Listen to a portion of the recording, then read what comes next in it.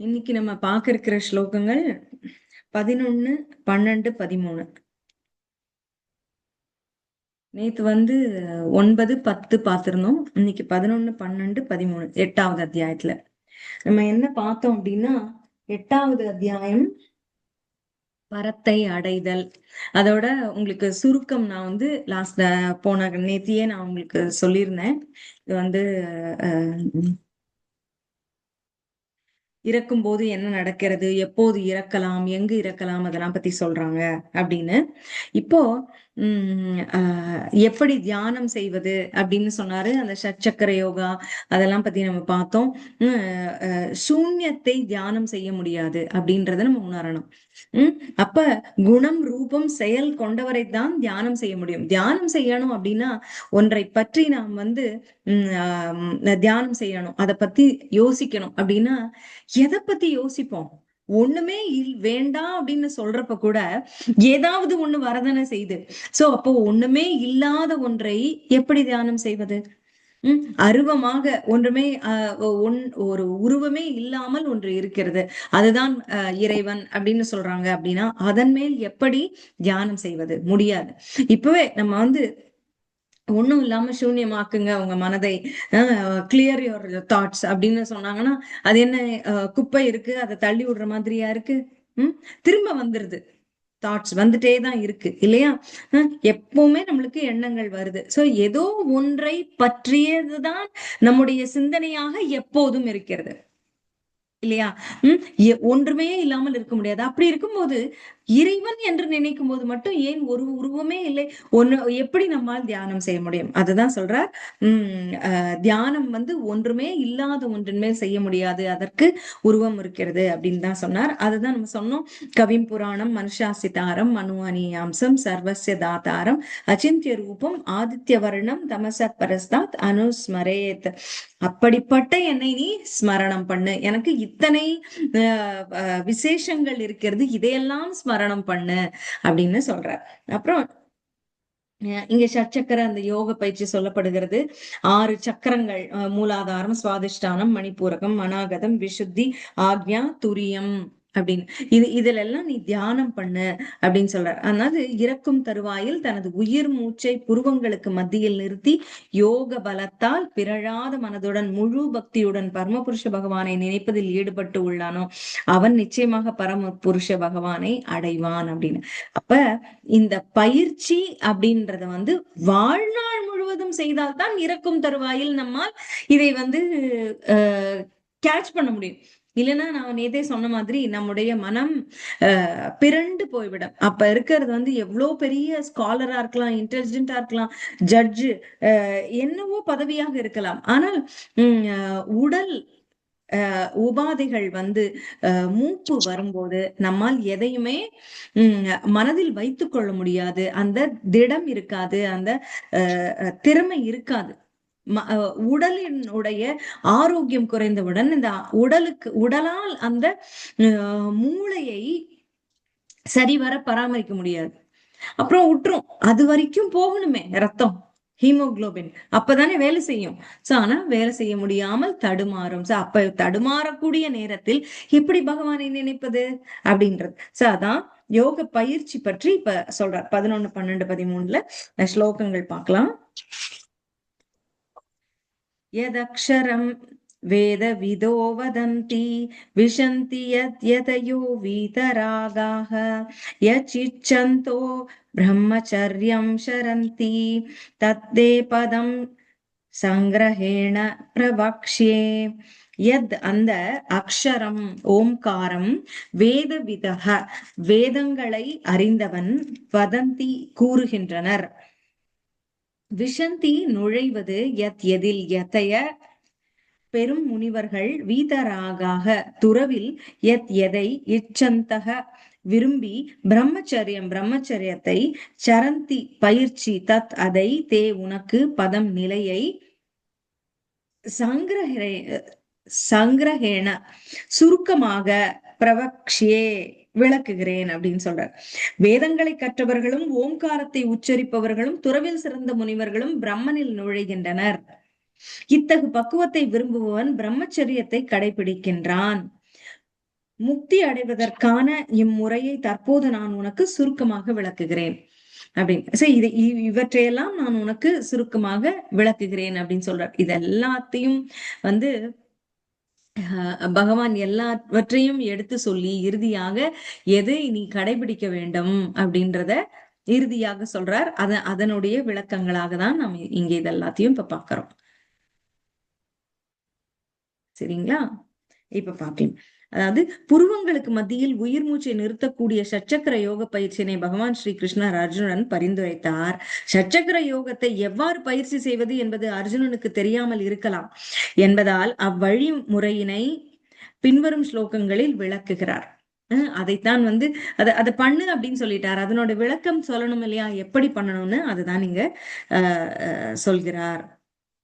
அருவவாதிகள் அக்ஷர எனப்படும் ஓங்காரத்தினை பிரம்மனாக கருதுகின்றனர். துறவரம் பூண்டுள்ள சாதுக்கள் செல்லக்கூடிய அருவ பிரம்மனை பற்றி கிருஷ்ணர் இங்கே விளக்குகிறார். அதாவது அருவ வழிபாடு பற்றி இதெல்லாம் டீட்டெயிலா பகவானே நேரடியாக சொன்னது. இதில் நம்மளுக்கு அதிக குழப்பங்கள் அப்பப்ப வரலாம். பிரபுபாதனுடைய பொருளுரை இதை மிக தெளிவாக நமக்கு ஆக்கி தருகிறது. அதான் நம்ம இப்ப பாக்குறோம். வேத கல்வி முறையில் பூரண பிரம்மச்சாரியாக ஆன்மீக குருவுடன் வாழ்வதன் மூலம் மாணவர்களுக்கு ஆரம்பத்திலிருந்தே ஓம்காரத்தனை உச்சரிப்பதற்கான பயிற்சியும் இறுதி இலக்கான அருவ பிரம்மனை பற்றிய ஞானமும் அளிக்கப்படுகிறது. அதாவது இந்த ஓம்காரத்தின் பயிற்சி, அதை எப்படி செய்ய வேண்டும் அப்படின்லாம், அப்புறம் தியான பயிற்சி, அதான் இந்த அருவ பிரம்மன் அடைவது. இது நம்முடைய பக்தி யோகத்தின் இறுதி இலக்குன்னு அவர் சொல்லல. இது எதை சொல்றாரு அப்படின்னா, அருவ பிரம்மனை அடையக்கூடிய அந்த இறுதி இலக்கு. நம்ம சொல்றோம் இல்லையா, அருவ வழிபாடு அப்படின்னு. அருவ வழிபாடுல என்னன்னா, சூன்யமாக இருக்கக்கூடிய, அருவமே இல்லாத அந்த இறைவன், சூன்யமாக அருவம் இல்லாமல் உருவம் இல்லாமல் இருப்பதும் பகவான் தான். அவர்தான், அந்த பிரம்மன் தான் அவர். அதனை இலக்காக கொண்டு பக்தன் செல்ல மாட்டான். ஆனால் இங்கு அந்த அருவ பிரம்மனை இலக்காக கொண்டால் எப்படி இருக்கும், அதற்கு எப்படி நாம உழைக்க வேண்டும் அப்படிங்கறத தான் இங்க அவர் சொல்றார். அப்படிப்பட்ட இறுதி இலக்கான அருவ பிரம்மனை பற்றிய ஞானமும் அளிக்கப்படுகின்றது. அங்கு பிரம்மச்சரியாக அந்த முனிவர்களோடு அந்த குருகுல வாசத்தில் படிக்கிற மாணவர்களுக்கு இப்படி எப்படி பாடம் அளிக்கப்படுகிறது அப்படின்னு சொல்றார். இவ்விதமாக அவர்கள் பிரம்மனின் 2 நிலைகளை உணர்கின்றனர். இது பிரம்மனின் 2 நிலை. ஆக்சுவலா நமக்குள்ளேயும் பரமாத்மாவாக பகவான் இருக்கிறான் எப்படியும் அப்படி என்பதையும் உணர்ந்த நிலை. இன்னொன்று, எங்கும் நீக்கமர உருவமற்றவனாக எங்கும் நிறைந்திருக்கிறான் அப்படிங்கிறதையும் உணர்வது. இதுதான் 2 நிலை. மாணவர்களது ஆன்மீக முன்னேற்றத்திற்கு மிகவும் இன்றியமையாததுதான் இது அப்படின்னு சொல்றார். ஆனால் இத்தகு பிரம்மச்சரிய வாழ்க்கை தற்காலத்தில் முற்றிலும் சாத்தியம் இல்லாதது. மாணவ பருவத்தின் தொடக்கத்திலிருந்தே பிரம்மச்சரியத்தை பின்பற்றுவதற்கான வாய்ப்பு சற்றும் இல்லாத அளவில் உலக சமுதாய அமைப்பு மாறிவிட்டது. அப்ப அந்த தூய வாழ்க்கை முறை இருந்தது, குருகுல வாசம் இருந்தது, அதுல பிரம்மச்சரியம் கடைபிடிக்கக்கூடிய வாய்ப்பு இருந்தது. இப்போது அது இல்லை அப்படின்னு சொல்றார். உலக சமுதாயம் மாறிவிட்டது. உலகெங்கும் பற்பல அறிவுத்துறைகளை உடைய கல்வி நிலையங்கள் பல உள்ளன. ஆனால் பிரம்மச்சரிய நெறிகளில் மாணவர்களை பயிற்றுவிக்கக்கூடிய அதிகாரம் பெற்ற நிறுவனம் ஒன்று கூட இல்லை. பிரம்மச்சரியத்தை எப்படி கடைபிடிக்குதுன்னு சொல்றதுக்குதான் இங்க நிறுவனங்கள் இல்லை. மற்றதுக்கெல்லாம் ரொம்ப அங்கீகாரம் பெற்ற நிறுவனங்கள் இருக்கு, மற்ற எல்லா கல்வி முறைக்கும். ஆனால் இந்த கல்வியை கற்றுவிக்க இல்லை அப்படின்னு சொல்ற. பிரம்மச்சரியத்தை பயிற்சி செய்யாத வரையில் ஆன்மீக வாழ்வில் முன்னேற்றம் பெறுவது மிக கடினம். எனவேதான் கலியுகத்திற்கான சாஸ்திர வழிகாட்டுதலின்படி ஹரே கிருஷ்ணா கிருஷ்ண கிருஷ்ணா ஹரே ஹரே, ஹரே ராம ராம ராம ஹரே ஹரே என்னும் பகவான் கிருஷ்ணரின் திருநாம உச்சாடனத்தை தவிர முழுமுதற் கடவுளை உணர்வதற்கு வேறு எந்த வழிமுறையும் கிடையாது என்று பகவான் சைத்தன்யர் அறிவித்துள்ளார். இங்க பகவான் இங்கே கிருஷ்ணர் எதை சொல்கிறார்னா, இந்த ஷட்சக்கர யோக பயிற்சிக்கு அருவமாக இருக்கக்கூடிய பகவானை உணர்வதற்கு என்ன வழி? பிரம்மச்சரியமும் ஓம்காரம் கற்றுத்தரப்படுகிறது, பிரம்மச்சரியம் கற்றுத்தரப்படுகிறது. ஆனால் அது இப்பொழுது சாத்தியமா அப்படிங்கிறதுக்கு தான் எடுத்து சொல்கிறார் சைத்தன்ய மகாபிரபு. அதனால்தான் இந்த நாம உச்சாடனத்தை நம்மளுக்கு தந்திருக்கிறார். அதான்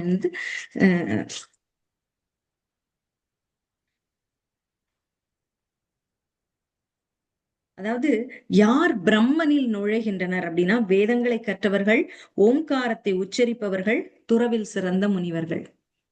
அவர்கள் இத்தகு பக்குவத்தை விரும்புவன் பிரம்மச்சரியத்தை கடைபிடிக்கிறான். இந்த யோக முறை பற்றி நான் இப்போது விளக்கி கொண்டு வருகிறார். யோகத்தில் தன்னை நிலைநிறுத்துவது எப்படி அப்படிங்கறது சொல்றார்.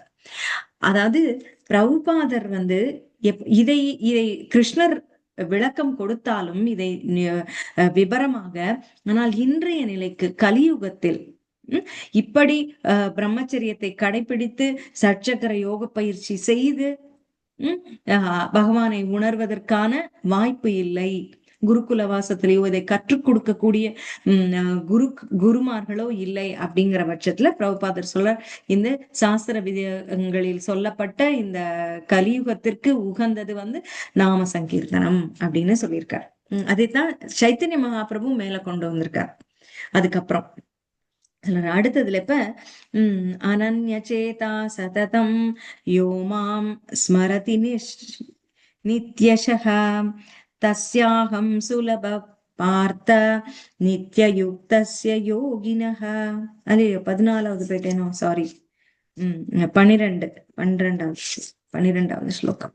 சர்வத்வாராணி சம்யம்ய மனோ ஹ்ருதி நிருத்ய ச மூர்த்யாதா யாத்மன பிராணம் ஆஸ்திதோ யோகதாரணாம். புலன்களின் எல்லா ஈடுபாடுகளில் இருந்தும் விடுபட்டிருப்பதே யோக நிலை. புலன்களின் எல்லா கதவுகளையும் மூடி மனதை இதயத்திலும் உயிர் மூச்சை தலை உச்சியிலும் நிறுத்தி ஒருவன் யோகத்தில் தன்னை நிலைநிறுத்துகிறான். யோக பயிற்சினா என்னன்னு நீ முதல்ல தெரிஞ்சுக்கோ. இந்த கட்டுப்பாடெல்லாம் உன்னால் பண்ண முடியுமான்னு பாரு அப்படிங்கிறதுக்காக இதை சொல்ற. இது நமக்கும் தான். சரி, யோகத்தில் தன்னை நிலைநிறுத்துவது எப்படின்னு நம்ம இப்ப தெரிஞ்சுக்கணும் இல்லையா? அதுக்குதான் சொல்றார். புலன் இன்ப விஷயங்களில் புலன்களை விளக்க வேண்டும். முதல்ல எப்படி யோகத்தில் முன்னேற வேண்டும் என்றால் என்ன செய்ய வேண்டும் அப்படின்னா, புலனின்ப விஷயங்களில் இருந்து புலன்களை விளக்க வேண்டும். புலனின்ப விஷயங்கள்னா நம்ம சொல்றோம் இல்லையா, சென்ஸ் ஆப்ஜெக்ட்ஸ், நம்மளுக்கு வந்து அட்ராக்ட் பண்ணக்கூடிய விஷயங்கள், அவற்றிலிருந்து நம்ம புலன்களை முதல்ல கட் ஆஃப் பண்ணணும், விளக்கணும். அது அப்ப புலனின்ப விஷயங்களில் இருந்து விடுபட்டு இருப்பதே யோக நிலை. முதல்ல நம்மளுடைய புலன் கட்டுப்பாடு, புலன்களை கட்டுப்படுத்துவது. அதான் நம்ம முதலே பாக்குறோம். நம்ம வந்து கட்டுப்பாடு அப்படின்னு சொல்லிட்டா அது அதனை நாம் வந்து அடைகிறோமோ இல்லையோ, ஏன்னா ஏதோ ஒரு பற்று எப்போதுமே தேவைப்படுகிறது. சோ இந்த பற்றோடு தான் நம்ம ஏதோ இந்த புலன் பற்றோடு தான் இருக்கிறோம் ஆரம்பத்துல. சோ அப்ப அந்த பற்றை விட வேண்டும் என்றால் மனதுக்கு கடினமாகி விடுகிறது. அதனால்தான் பக்தி என்கிற பற்றை நாம் பிடிக்க ஆரம்பிக்கும் பொழுது இந்த பற்று விடுபட்டு விடும். சோ அப்படின்றதுதான் கிராஜுவலா சொல்ல போறார். ஆனா யோக நிலை அப்படின்னு வரும்போது முதல்ல இந்த கண்டிஷன் இருக்கு. நீ வந்து உன்னுடைய புலன் இன்பங்களை, புலன் விஷயங்களில் நீ வந்து உன்னை விலக்கி கொண்டு இரு, அப்பதான் நீ யோகம் சித்திக்கும் அப்படின்னு சொல்ற. அப்ப மனதை இதயத்திலும் உயிர் மூச்சை தலை உச்சியிலும் இரண்டு அப்படியே கான்சென்ட்ரேட் பண்ணும். ரொம்ப இந்த மாதிரி நிறுத்தி தியானத்தில் யோகத்தில் நிலை நிறுத்த வேண்டும். இதுதான் முக்கியமான யோகத்திற்கு இது முக்கியம் அப்படின்றது. அதான் சில சமயம் பாத்தீங்கன்னா இப்படி ரொம்ப யோகமா நம்ம யோக பயிற்சி பண்றோம், தியானம் யோகம் வந்து யோகா ஆசனங்கள் செய்வது வந்து முக்கியம் நம்மளுடைய உடல் ஆரோக்கியத்துக்கு. இந்த இந்த தியானமுமே வந்து நமக்கு வந்து நம்முடைய மனதை அமைதிப்படுத்தும். ரொம்ப ஸ்ட்ரெஸ்ஃபுல்லா இருக்கும் போது அதெல்லாம் வந்து தப்புன்னு கிடையாது. ஆனா அந்த தியானத்தில் நாம் யாரை இலக்காக கொண்டு யோசிக்கிறோம் அப்படிங்கிறது தான் முக்கியம். அதுலயும் வந்து பகவான் ஸ்மரணம் பண்ணி கொண்டு தியானம் செய்வது தவறில்லை. ஆனா சூன்யமாக இருக்கக்கூடிய ஒன்றை தியானம் செய் அப்படின்னு சொன்னாங்கன்னா அதுதான் வந்து நமக்கு எண்ணங்களை விளக்குன்னா எங்க விளக்குவது? வந்துட்டேதான் இருக்கும். அது இல்லாமல் சூன்யமாக வைத்துக் கொள்ள வேண்டும் என்றால் அந்த தியானம் சித்திக்கவே சித்திக்காது.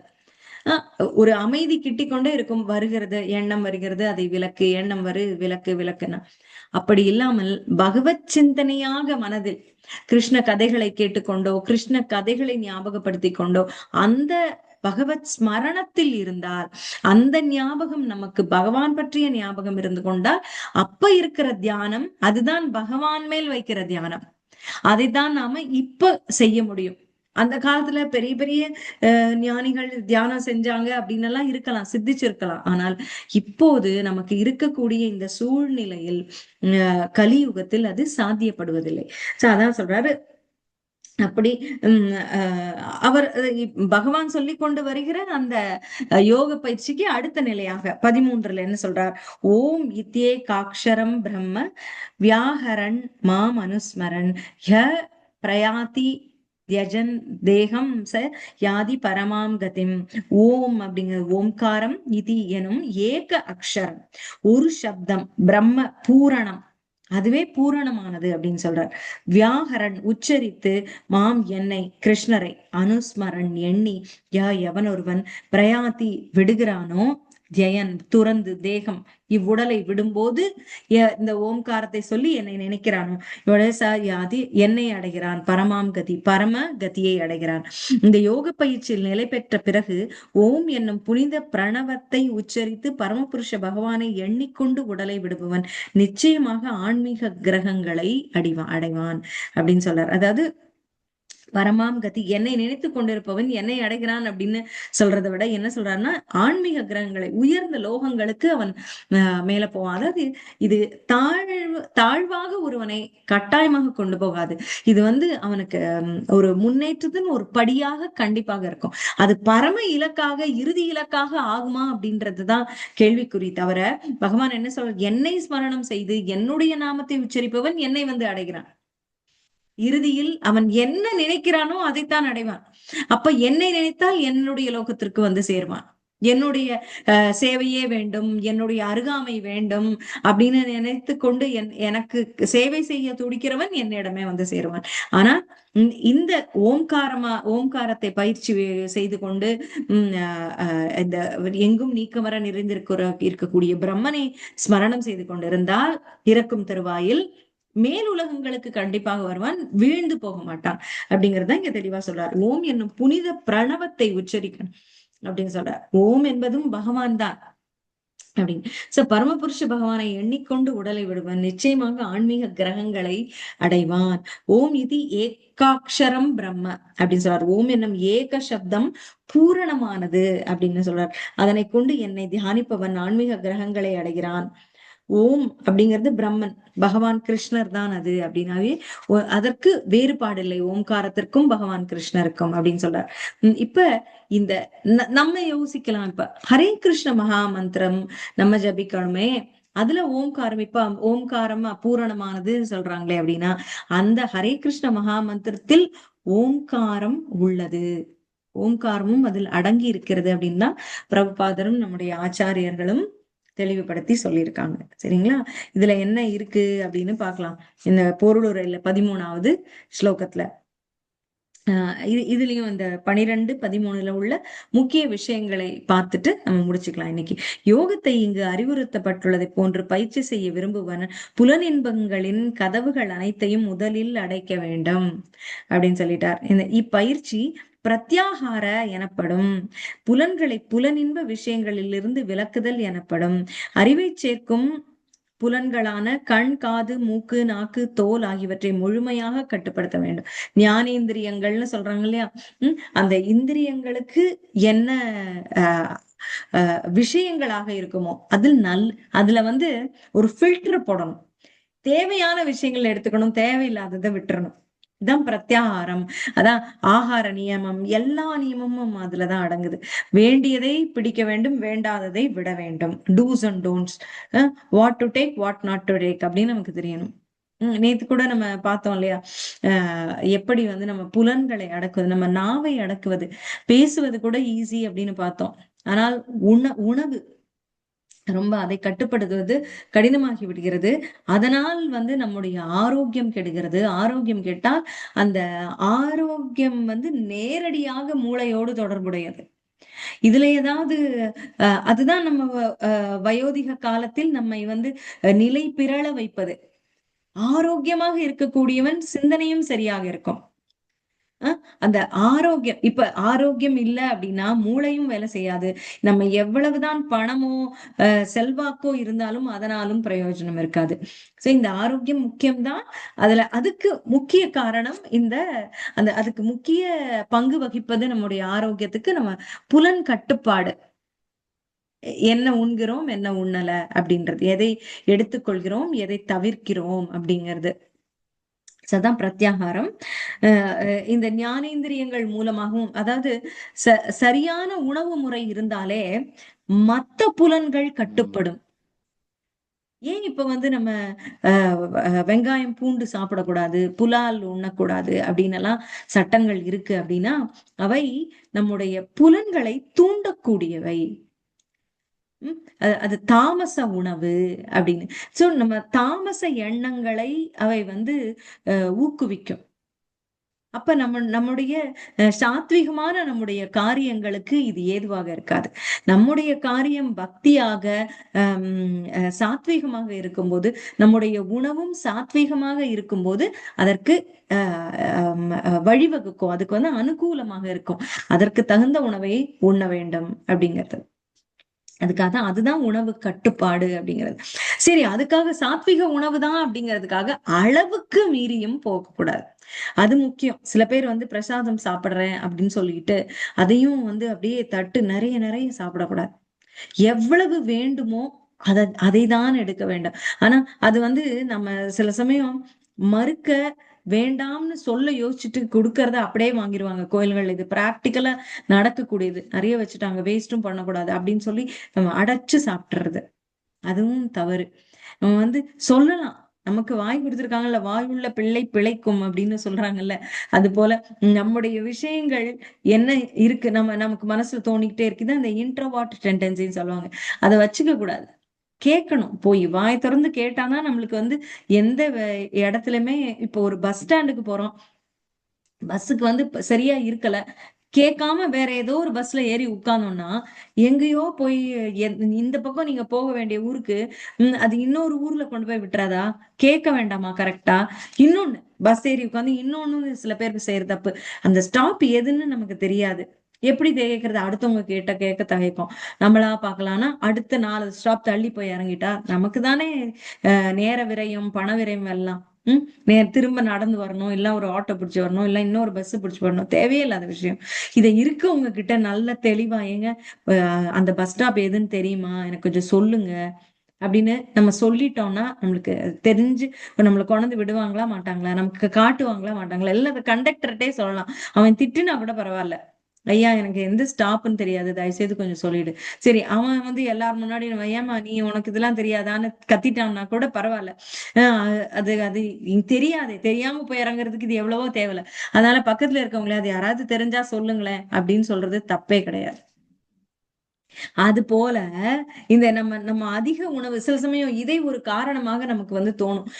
நம்மளால சொல்ல முடியல, நிறைய கொடுத்துட்டாங்க, என்ன பண்றதுன்னு. அதுவும் நம்முடைய கட்டுப்பாடு அப்படின்னு நம்ம இருந்தோம்னா சொல்ல தயங்கவே கூடாது. கொஞ்சமா வைங்க, இவ்வளவு போதும் எனக்கு அப்படின்னு சொல்றதுல என்ன தவறு? சொல்லணும். இல்லைன்னா அதை நம்ம போய் ஸ்டஃப் பண்ணிக்கிறோம்ல, நம்ம தண்டிக்கிறோம் நம்ம உடம்ப. அது தவறு. அது மத்தவங்களுக்காக அது பிரயோஜனப்படும் இல்லையா? உம் நம்ம ஒண்ணு என்ன பண்ணுவோம், முடியல அப்படிங்கறத கொட்டுவோம், இல்லைன்னா வயித்துக்குள்ளேயே அந்த மிச்சத்தை கொட்டுவோம்.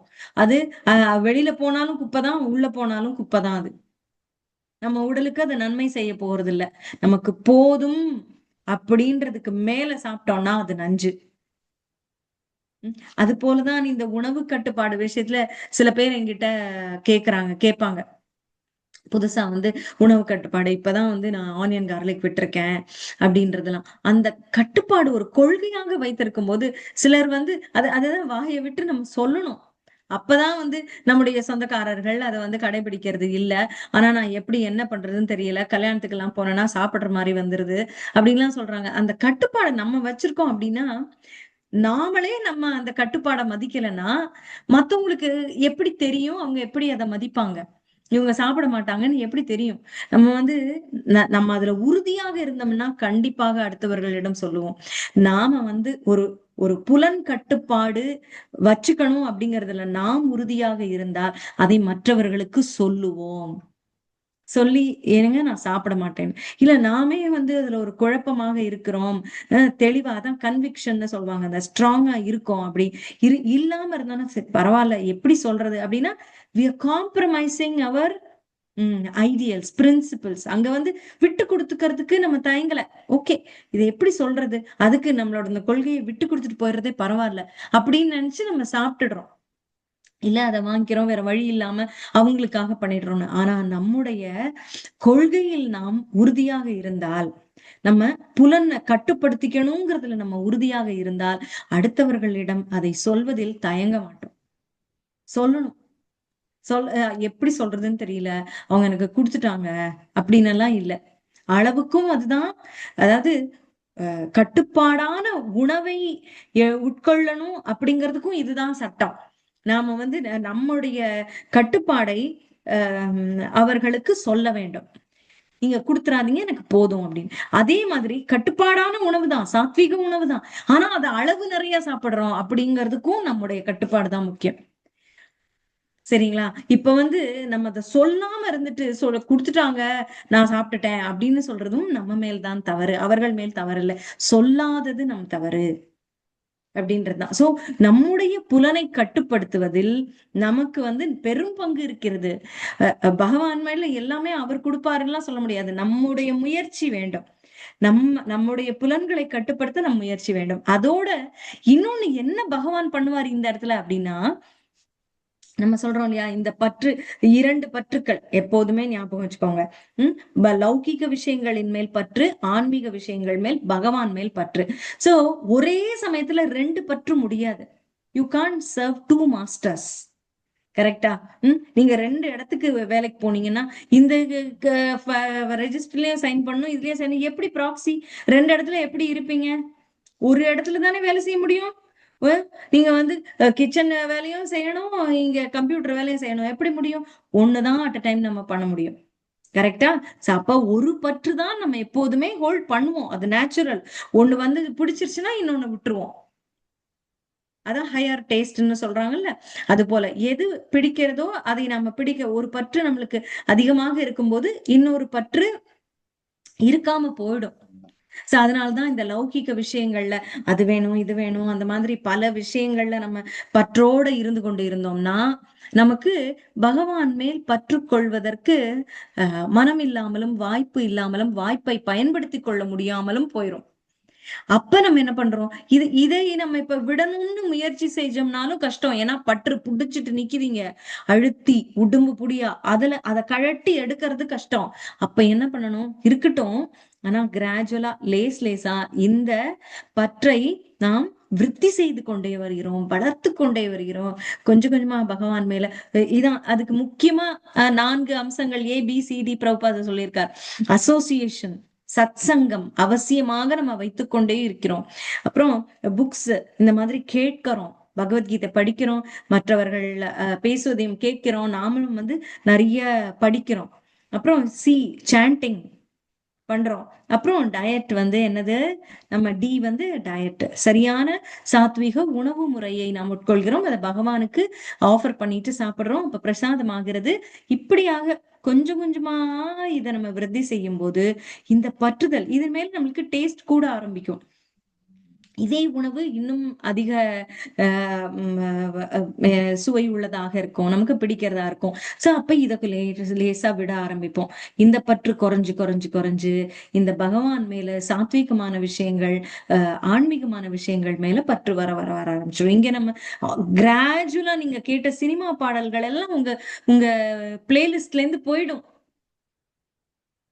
நீங்க கேட்கிற இந்த லெக்சர்ஸ் தான் உங்களுக்கு நிறைய ஒரு நொரிஷிங்கா இருக்க மாதிரி இருக்கும் உங்க மைண்டுக்கு. சோ அப்படியாக ஒவ்வொரு விஷயத்திலயும் இந்த ABCDல அப்படிதான். நீங்க கிராஜுவலா இந்த பக்கத்து வீட்டுல வம்பு பேசுறத நிறுத்திடுவீங்க. இந்த சத் சங்கம் உங்களுக்கு பிடிக்க ஆரம்பிச்சிரும். டெய்லி வந்து சும்மா கடை வீதிக்கும் மாலுக்கும் போனவங்க இங்க இருக்கிற இஸ்கான் சென்டர்ஸுக்கு நீங்க வந்து எல்லாரோடையும் சேவை பண்றது நல்லா இருக்கு அப்படின்னு சொல்லி அனுபவிச்சு எல்லாரோடையும் சேவை பண்றதுக்கு வந்துருவீங்க. சோ இது கிராஜுவலா இந்த பற்று விடுபட்டு இந்த பற்று வர ஆரம்பிச்சிரும். சோ அப்ப வந்து சடனா எல்லாம் வந்து ஒண்ணுமே இல்லாம நான் புலனை கட்டுப்படுத்துறேன் அப்படின்னு எல்லாம் உட்கார முடியாது. பகவானுடைய ஒரு அனுகிரகம் இருக்கணும். அதுக்கு நம்ம பிரபுபாதருடைய சிஸ்டமேட்டிக்கான வழி கொடுத்திருக்காரு. அதுல போகும்போது ஆட்டோமேட்டிக்கா உங்களோட டேஸ்ட் மாறுபடும். அப்ப உங்களோட பற்றும் மாறுபடும். அப்படி இருக்கும்போது புலன் கட்டுப்பாடு சாத்தியப்படும் அப்படிங்கிறது. அதுக்கு நம்ம முயற்சி வேணும். ஆனா அதுதான் நம்ம சாய்ஸ். நம்ம இந்த ஏபிசிடியை பிடிக்கிறோம் பாத்தீங்களா, அதுதான் நம்ம சாய்ஸ். அதுதான் நம்ம முயற்சி. ஸ்லைட்டா பண்ண ஆரம்பிக்கிறோம். பண்ண ஆரம்பிக்கும் போது பகவான் அருள் அப்படியே கொட்டும். கண்டிப்பா. அப்ப இன்னும் இன்னும் உங்களுக்கு இதை பிடிக்கக்கூடிய ஒரு ஒரு ஆர்வம் இன்னும் வரும். அப்ப இந்த பற்று ஆட்டோமேட்டிக்கா விட்டு போகும். சரி, இதுதானே தவிர இதுக்கு நம்மளுக்கு வேற வேற ரூட் எதுவும் இருக்கு அப்படின்லாம் இல்லை. இது டைம் டெஸ்டட். எத்தனையோ பக்தர்கள் இதை ஏற்றுக்கொள்வார்கள் கண்டிப்பா. ஏன்னா எல்லாரும் அனுபவப்பட்டிருப்பாங்க. அதனால புதிதாக வரக்கூடியவர்கள் நாம எப்படி இத கடைபிடிக்கிறது, எப்படி சொல்றது அப்படின்னா நம்ம வாயை திறந்து சொல்லலாம். அப்பதான் அதுதான் நம்மளுடைய புலன் கட்டுப்பாட்டுக்கு உதவும். உம் அதனால மௌனம் அவசியம். ஆனால் தேவையான இடத்தில் நாவ அடக்கணும்னு சொல்லியிருக்காங்க. பேசக்கூடாதுன்னு சொல்லியிருக்காங்கன்னு நினைக்க கூடாது. பேச வேண்டிய இடத்தில் பேசாமல் இருப்பதும் தவறு. சோ எங்கெல்லாம் முக்கியமாக பேசணுமோ அங்க பேசி நம்முடைய நம்ம ஜெயிக்கணும் அப்படின்னா நாம அதை செய்தே ஆக வேண்டும். சரிங்களா? சரி, இப்படியாக இந்த 3 ஸ்லோகங்களை இன்னைக்கு பார்த்திருக்கோம். இன்னைக்கு இந்த உங்களை எல்லாம் சந்திக்கக்கூடிய வாய்ப்பை எனக்கு கொடுத்த சூர்யா மாதாஜிக்கு, சக்கிப்பிரியா மாதாஜிக்கு என்னோட நன்றியை தெரிவிச்சுக்கிறேன். ஹரே கிருஷ்ணா. உங்களுக்கு ஏதாவது கேள்விகள் இருந்தா இது மேல கேட்கலாம். இல்லைன்னா ஜபம் தொடங்கலாம். ஹரே கிருஷ்ணா.